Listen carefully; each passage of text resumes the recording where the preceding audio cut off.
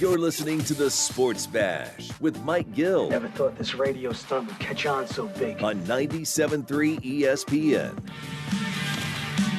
I was trying to bring energy yesterday, enthusiasm yesterday, and I'm sorry and disappointed on how my energy was directed at the end of the game. And, my energy should be all in on coaching, motivating, right, and celebrating with our guys. Nick Sirianni apologizes for getting into it with a fan. Now, Colin Thompson has played in the NFL. If his head coach was getting into it with a fan, how would that be received in the locker room? We'll get into that and more. Get his thoughts on the Eagles' offense, which Lane Johnson described as constipated. Pretty good word. Their offense has sucked this year. Colin Thompson, NFL free agent tight end. The Colin Thompson Show, SiriusXM NFL Radio, joins us now on the Sports Bash. Never a dull moment here in the Delaware Valley, my friend. How are you? I'm doing good, Mike. How are you, man? Crazy times in Philly sports as always. Yes, the Phillies extend Rob. Many people were thinking he was going to be fired or not welcomed back. They gave him a contract extension. So you got that going on. We got that. But the national news is all over Coach Nick Sirianni. You have played for coaches in the NFL. You have played for college coaches, demonstrative ones. Have you ever seen your coach basically get into it with a fan during the game or following the game? Okay, so I played for Dan Quinn, who's awesome, as everybody's finding out. Was been pounding the table for him for a while. Never saw him do it. Will Muschamp, I think Will's fiery. He got into it with a few people, University of Florida. He's now the DC at Georgia, or at least a consultant. Matt Rule never got into it with a fan. When Temple fans would boo us at Temple, he would say, listen to these people. They're like, don't ever listen to the fans, ever. So Matt was the complete opposite. Just around my travels in the NFL, all the coaches I played for, nothing there either. So not really. I've never seen this behavior before. I'll be honest with you, Mike. Listen, when you're winning, it doesn't matter. It really doesn't. And I think the style. They won, though. They won. But the style of how you win, I should say, matters. And it just goes back to our show last week when you texted me after and said, man, that was great. Because I'm in this tricky sticky point, Mike, of me transitioning as an NFL free agent into the coaching media world. And I have to really be careful what I say. And that's tough. And this is reality of the situation. But I try to be pretty honest. And like I've said, I've never seen it before. What I saw after the Super Bowl is a steady decline of an organization, period. Right? Like Jalen Hurts that year in the Super Bowl, I'm on your show saying, Mike, this guy's top 5 quarterback in the league. He's top 3. He looked like the Deshaun Watson we saw in Houston.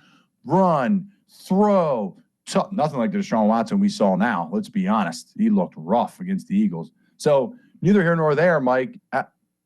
Yes, this is a problem, and we're seeing this, but it's smoke and mirrors to the real issue of, what happened since the Super Bowl? Well, I'm glad you brought this up because I saw a tweet today from Kurt Warner, and I actually have it in our notes section. He is a fan. If you're on Twitter, follow Kurt. He is tremendous. And Mike. He seems to answer people too. So he says, it's fascinating to me through 3 different coordinators. The past concepts run by the Eagles remain primarily the same, exclamation points, question marks. I would not expect that, especially with Kellen Moore. But maybe it's more about the quarterback than the coordinator in that respect. Your thoughts? Yeah. I think Jalen is a really good quarterback. But if you're going to be great in this league, you can't pay really good quarterbacks great to elite money, right? And I think Jalen's a really good player. Like the throws he made down the sideline, not a lot of guys are making those throws. The stuff he makes over the middle, the efficiency of the tush push, right? There's a lot of really positive things about Jalen Hurts. But at the end of the day, offensively, why aren't they running literally what the Vikings run, the Niners run? If that's not your style as a coach, you're wrong offensively, unless Patrick Mahomes is your quarterback. Look what's happening in Jacksonville, guys. What's going on in Jacksonville right now is Doug Peterson running the same offense he ran in Philly with a really good football club. But that team's not the same in Jax, right? That team in Kansas City is loaded with talent, and the best quarterback could be ever in Patrick Mahomes.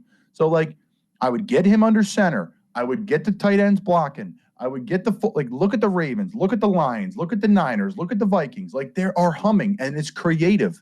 So I don't know what's going on because I don't see creativity. I don't see a ton of really anything that makes me jump out. They're doing zone read on Myles Garrett, who's one of the best athletes on the planet, if not the best athlete on the planet. And they're saying, hey, Jalen, go out, run him. Like, that's not to me. So I don't know if that's Nick and Kellen's ear or Kellen saying this is what we're running. But does their offense look different? Does their offense look like Kellen Moore came in and installed a new offense, or does this look like the same offense they've been running? Same offense they've been running, Mike. It looks like if you don't have A.J. Brown, what are you? I mean, that guy's different. Well, right? I mean, listen, any team that loses an A.J. Brown caliber player, you're going to suffer. But he was back, and it wasn't like, wow, look at the difference. It was, hey, you're hoping a 50-50 ball goes up, and he makes a play on it, and it's like, what kind of offense is this? Like, you know. It's not, Mike. They're taking hitch routes on the sideline. I like that, like a little stop route off coverage. I love that. That's good. But, like, I'm watching the film today, and I'm just saying to myself, like, man, that O-line's really good. Man, they got great receivers. You know what I thought, Mike? And I took these little notes down. Nothing crazy. But I wrote just little things as I take down. Sloppy and soft on offense. Dotson ran out of bounds on the screen. Saquon ran out of bounds. Now, Dotson got the first down, but it's like, take all the meat off the bone. Like, what do we do? This is the identity of the football team. Toughness. Like, Philadelphia, they embody the city. The coach is jacked up. The players are jacked up. Like, just sloppy and soft. Like, that's what I thought. It was like jumping off sides. And, like, you're like, man, all these guys have played for a really long time. This isn't like, you know, the teams that played on Carolina where we're trying to figure it out. This is the Philadelphia Eagles offense here. Dotson, again, ran out of bounds on the screen. Saquon, it's 2nd and 2 or like 2nd and real short. He just trotted out of bounds. That guy scares the hell out of people with the ball in his hands. Knife it and get up the field. And then on pass pro, the same play, they run a slide protection. Everyone goes right. Saquon goes left. And he made a business decision not to block that linebacker. Like, that guy Saquon's an elite pass pro guy. And he made some nice blocks in the game. But it's just like, it's almost like the team needs to be shaken up and be like, hey, you're the Philadelphia Eagles. 3/4 of the football team's a Pro Bowler. Like, what is happening? And to me, the buck stops with the head coach. And I don't think him yelling at the fans or whatever, but it's like, I said it before, Mike, there's a cultural issue, and it's been like that since they lost the Super Bowl. Colin Thompson, you know, there's one play, by the way, that I think kind of personifies what they could be, and it is the touchdown to Devontae Smith, okay? They run the touchdown. He runs a little cross over the middle. Mesh. The play's called mesh. It's the same play Dallas Goedert had against the Saints. And it happened earlier in the game, Mike, and they dropped him in coverage too. So he goes across the middle. To me, you have A.J. Brown, Devontae. See if you agree. You played in this league with weapons. Those are the weapons. It feels like the Eagles are relying on Hurts to make a perfect throw way too many times. How about just Hurts get the ball to playmakers and let them make people miss? This is a league that can't tackle. They can't tackle. And you're telling me that any corner or safety is interested in tackling A.J. Brown in the open field? So why not get those guys? Hey, they were at the 45.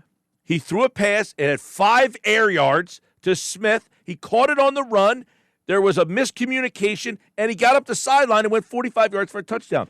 Get these guys moving across in space and let the receivers be the playmakers, not the quarterback make the perfect throw. You know what the team feels like, Mike? When you watch a college basketball game, you go down to the A-10 tournament there at AC, and you're pounding the table saying, why does Atlantic City show up, right? And that's what it feels like. You watch the A-10, they're moving the ball, they're playing good basketball, then you turn on an NBA game, and it's hero ball and it's one-on-one. And don't hate the player, hate the game. That's a part of the NBA now, right? Triple doubles, my man's got to get his, but it's not smooth basketball. It's not Golden State when they had all those guys, and you're like, man, this is fun to watch. It's not Caitlin Clark at Iowa where they're kicking the ball around, and it is hero ball. It's hero ball. They don't play as one. They don't. And that's why Lane Johnson said that the offense is constipated. What does that mean? It's stopped up, man. It's not fluid. It's not rolling. They have Saquon Barkley. You got Brown and Smith. I want to get your opinion on this. I'm just a novice when it comes to designing plays here, okay? don't I want to try to run some play action with that running back? And if I run play action, don't I want to be under center, have the look that I'm going to hand the ball off, get those linebackers to take a step up, stop, and go over the top of them if I want to go down the seams, or if I want to take that shot down the field, don't I want to do it through play? Doesn't that shot down the field work better with play action? Hey, you saw it to Calcaterra. His 2 big catches were all play action, if I remember correctly. I don't know if the seam ball was. I think it was. But I know the little I caught that pass in a preseason game, the longest catch and run of my life. You saw Calcaterra, who's like, sat backup tight end, catch. You block the DN for a second, shed him. You're wide open, make a guy miss. Nice blocks down the field. Mike, you're 100% right. Listen, why were the Saints so good to start the year? They ran the hell out of the ball. Derek Carr looked like he was going to win MVP of the league, right? And had some injuries, and that's how they'll probably bounce back. But my point is, I'm going to talk about it on my show today. The teams that run the ball and stop the run in this league, they're really freaking good. Like, the Ravens are last in pass defense. Who cares? I'll take that any day of the week because offensively, you can't stop them, and you're not going to get the ball that much. So if I'm the Eagles, I'm playing tempo. I'm running a little up-tempo zone reads. I'm getting the quarterback comfortable. We have an offensive line that's really good. Like, that would be my fix, Mike. Either we're going to if we're going to run the spread offense, we got to play with tempo. All right. Or if we're going to do what which I agree with, get under center. I'm slowing this game down like crazy for the offense on the other team. A lot of people, you saw a firing with the Jets, and some people have already suggested Sirianni's got to go. But what I want to ask you, Colin Thompson, is how hard is it to go through a coaching change in the middle of a season when you have to elevate someone? You went through this in Carolina. Matt Rule was fired, and now the next guy comes in. How does that, is that something that you could say switching your head coach is going to make a philosophical difference? And would that be something that, is like, hey, it's not that big of a deal. It's not as big as you may think. It depends on who you're passing the baton to. It really depends. He passed it along in Carolina, our owner did, to Coach Steve Wilkes, who was a defensive-minded, ton of energy, walk soft, carry a big stick kind of guy, super well-respected, came in the first day, put a brick down, kind of a cheesy, corny coach thing, put a brick down on the thing and said, everyone's got to go brick by brick. We're going to build this house brick by brick. And it was nothing too crazy, but it was simple. And it's not a breath of fresh air because the coach failed. That means the players failed. But it's almost like, okay, it is backs against the wall. All our jobs are on the line. And I'll be honest with you, Mike, I hate to say this, and I may sound like a Philly sports fan here because I'm a half a Philly sports fan, kind of. This is a must-win this weekend against the Giants. Let's just call it what it is. Like, the Giants are a better football team than people think. Daniel Jones. They got a really good defense. And Daniel Jones is playing okay for what they have around him, okay? And when Neighbors comes back, they're even better. Slayton's a good football player. They're running the ball okay. Their interior offensive line, that old line's played a lot of football together. Like, I get it. It's the Giants. But it's a much better outfit than people think. Like, Dayball is probably not going to lose his job. That team's moving in the right direction. This is a must-win. You go up to the Giants, and the Giants win this football game. Or if it's sloppy, win again, like it kind of was against the Browns.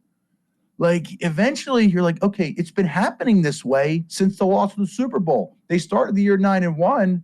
There was a good mojo around the team, but we've talked about on here before. The ball was kind of bouncing their way. Was the ball bouncing their way, Mike? Or were they winning close games? Like, it's a fine line. And did they win a close game against the Browns, or did the Browns give them the win? So, well, the Browns are a bad football team. By the way, the Browns just traded Amari Cooper to the Bills. Yes, Devontae Adams to the Jets. Two huge moves. Yeah, so the Browns said, we're waving the white flag, kind of. Their offense is just so bad. Amari Cooper to the Bills. And they have pieces, Mike. The quarterback's terrible.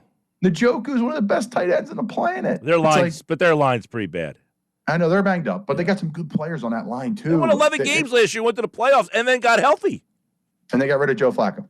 No, well, that's a story in the NFL where that team didn't have enough stones to bring him back because they didn't want to tick off the guy who was getting paid the real money.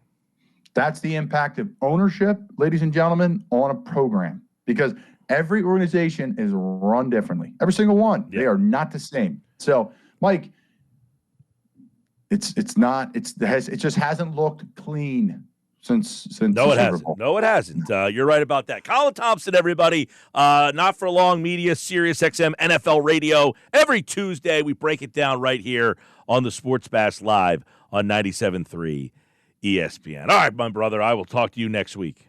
You're the best, Mike. Love the show. Thanks, pal. All right, there's Colin, of course, here every Tuesday.